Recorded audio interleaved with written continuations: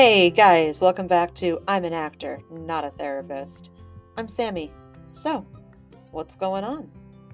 So, I wanted to just kind of jump right into my thought process today and get right down to what it is I want to talk about.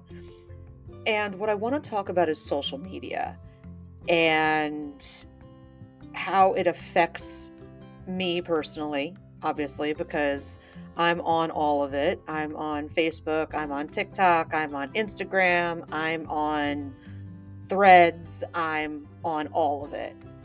Um, and the effect it can have, both positively and negatively, on our mental health is something that I don't think is really talked about a whole lot. I mean, it's talked about, but it's not really looked at. Um, and what I mean by that is we don't necessarily talk about the mental health behind social media unless something happens, So I wanted to kind of tell you guys what I've learned from social media, good, bad, ugly, how I came to the conclusions that I did, and, all of that stuff today, because I think that it's, especially for actors, for performers, for creatives that are always told, hey, you need to have an online presence. People need to be able to find you in order to essentially give a damn about what you're doing, right? We're all told this. Every actor, every creative on the planet is told that they need to be on social media in some form or another. And I know a lot of actors that have really fought being on social media, um, and either just let somebody else, like an agent or a manager, do it for them anyway, or they reluctantly sign up and then they never participate and they never post anything, but they can at least say, hey, I'm on here. And I've learned a lot from being on social media. Before the pandemic happened, I was on Facebook, I was on Instagram, I was posting for my friends, I was posting pictures, I occasionally would post myself singing, something along those lines. Um, but I didn't have very many followers, and really on Facebook, it was just for my friends and family to kind of keep up with what I was doing, right? And then the pandemic happened. And as a performer that does live theater, my stages were gone. All my friends that were in movies, all of their movie sets shut down. You know, we were all actors with nowhere to go. And then we all slowly wound up on TikTok. And I've now been on TikTok now for 3 years. I've got almost 14,000 followers. And I'm not saying that to toot my own horn or anything like that, although, I'll be honest, it was a lot of work and it was hard work, but it was work that I enjoyed doing and would never take back. And I still continue to enjoy it and post things on there. But being this involved in social media has shown me a lot of things, right? It has given me a fabulous community that I love. It has given me friends that are literally all over the world. Germany, Ireland, California, Tennessee, Texas, Florida. We're literally all over the world, my friends and I. And we use social media to keep in touch with each other.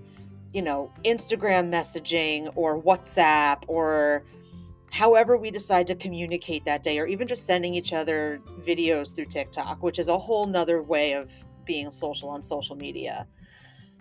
So it brought me together with a fabulous group of people that love me, that respect me, that,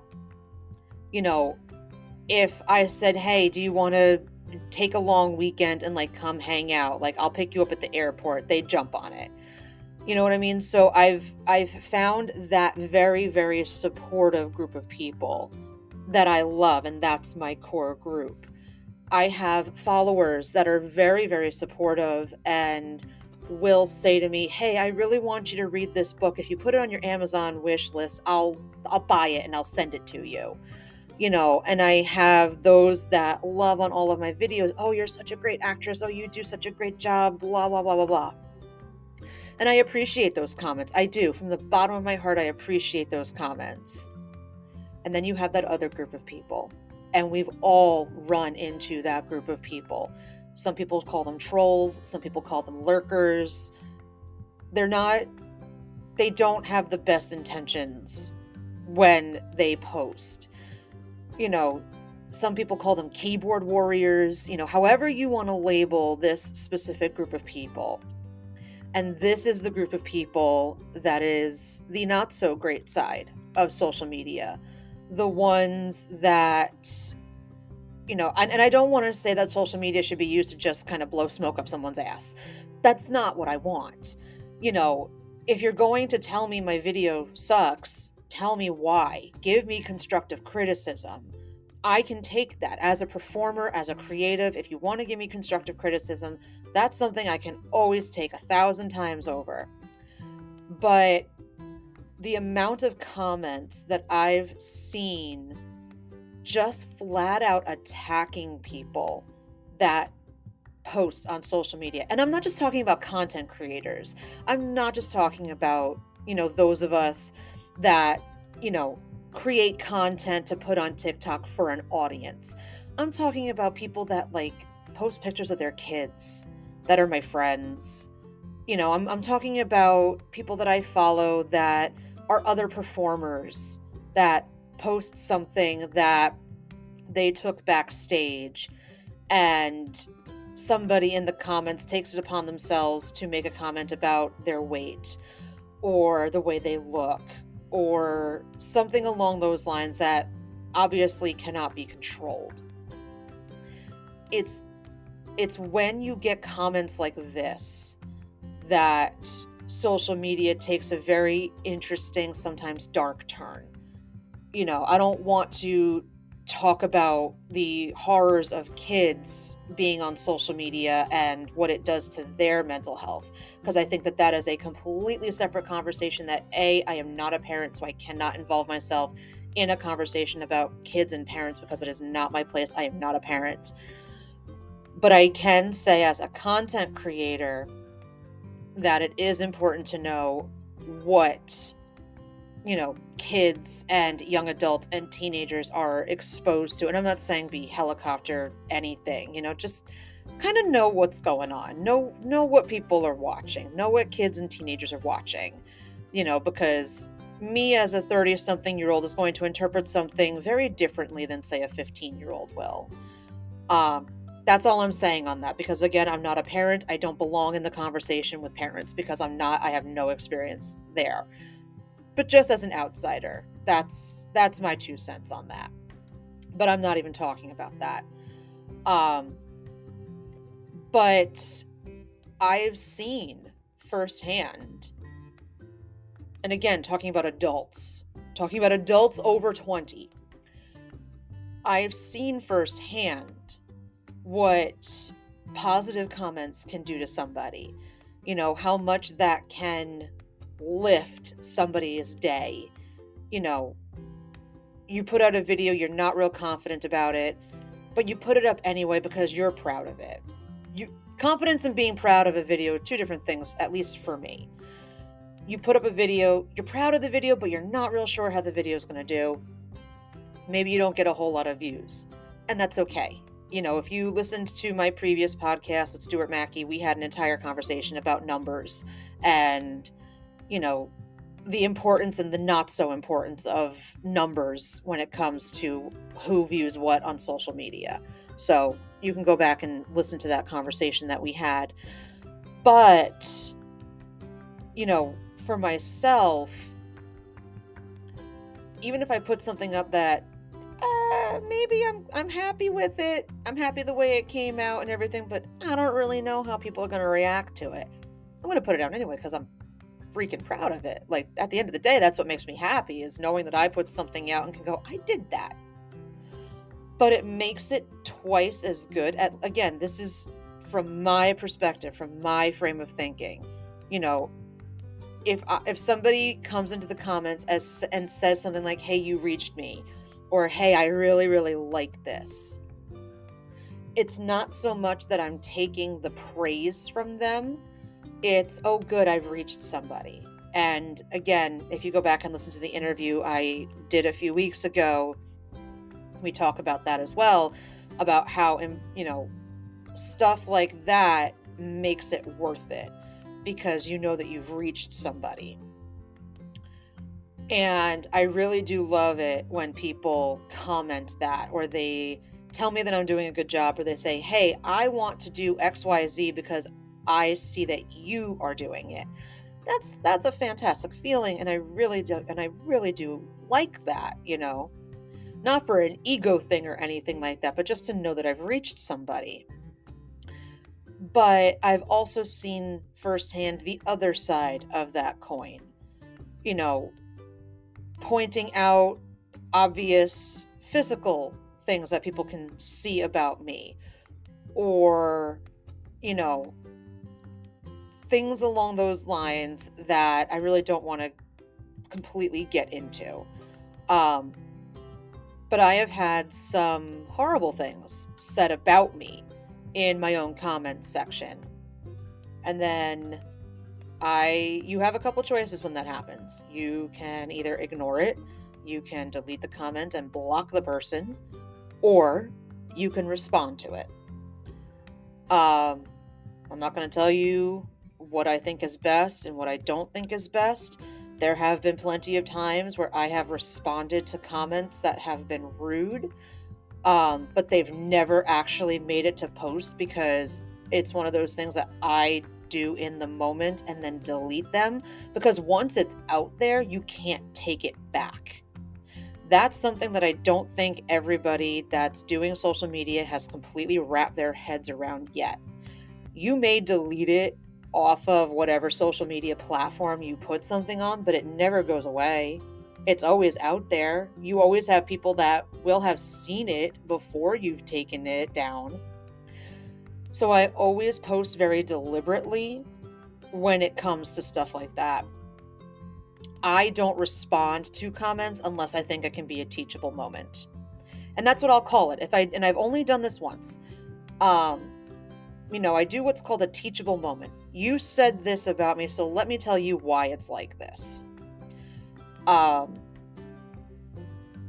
So for me, for the most part, I let them be, for the pure and simple fact that if I went through all the comments and deleted all of the not nice comments, I'd be deleting comments all day. I'd be blocking people all day. And that's just not the person that I want to be. I don't want to have to be blocking everybody, policing everything. That's not the kind of person I am anyway.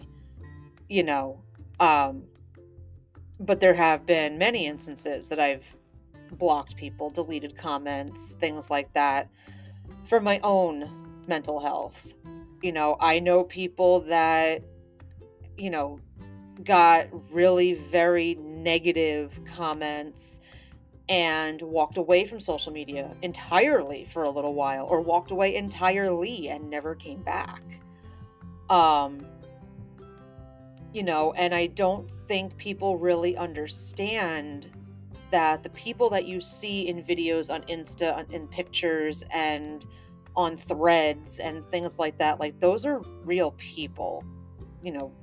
I wake up every day, I go to work, I film, I put content up for consumption, I make content for myself.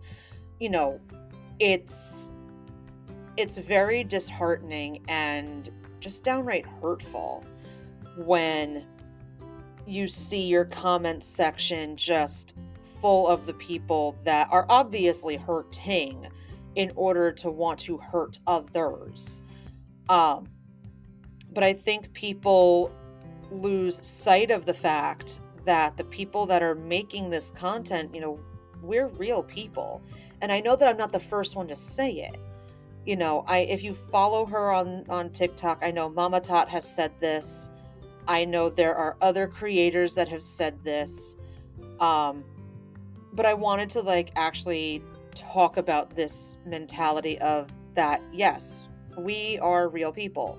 Like I said, I get up, I go to work, I have friends and family that I don't talk about on social media.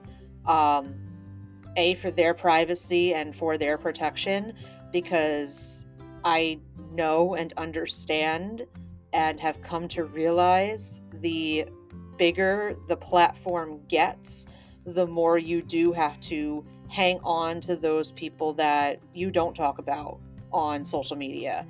Or, like I said, all of my friends that I've made for the most part in the past couple years, we're all on social media, all of us with varying degrees of followers, you know, in the thousands, some of us the millions.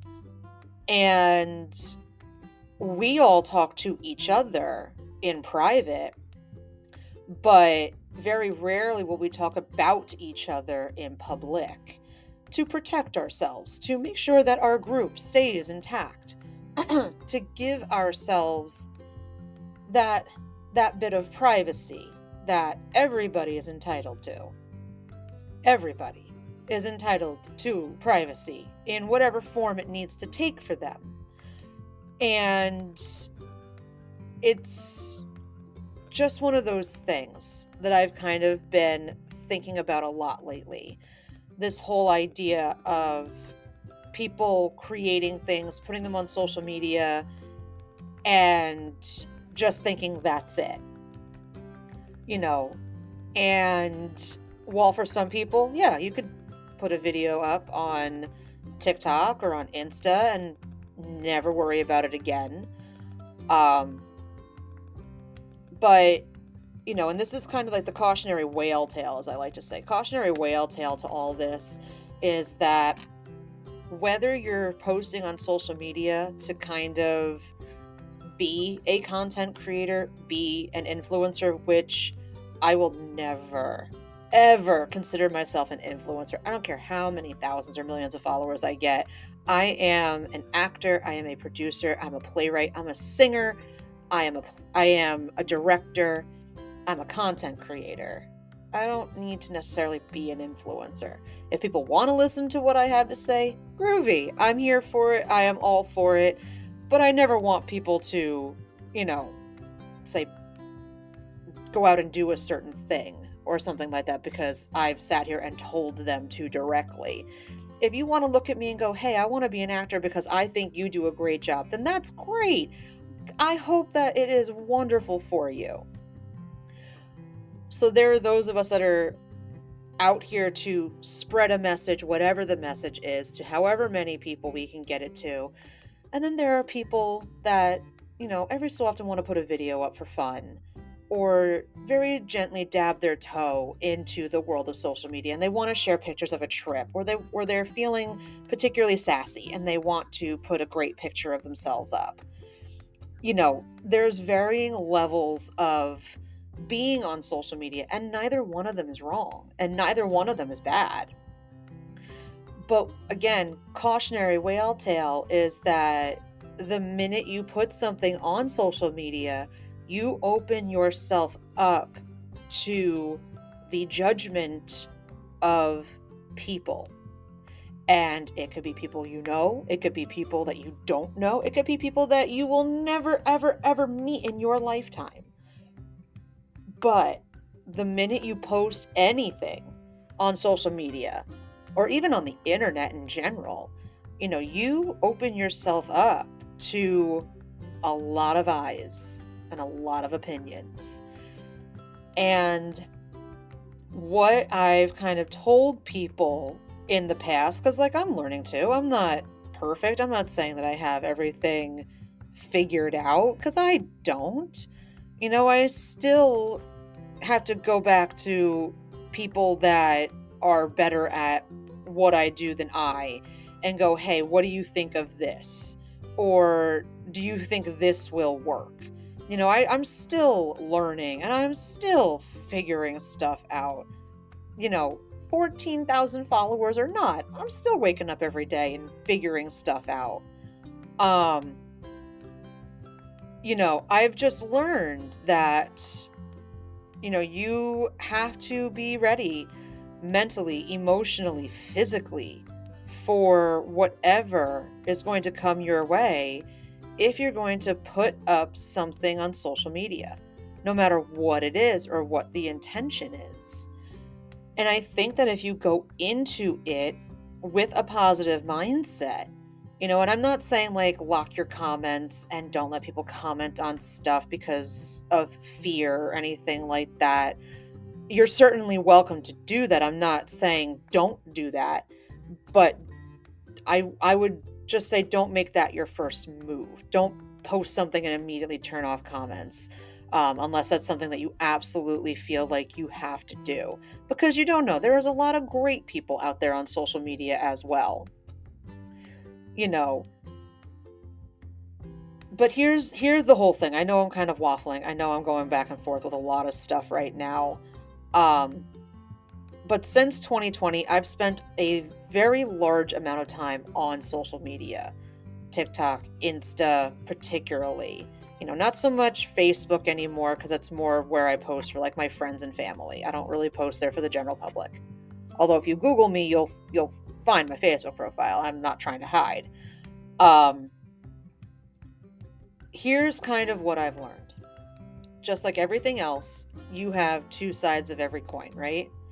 The good side of social media is that you could find amazing people out there. Amazing, wonderful, mind-bendingly awesome people that you never would have met without social media. And then you have those other people that are obviously hurting in their own lives that just want to hurt others in return.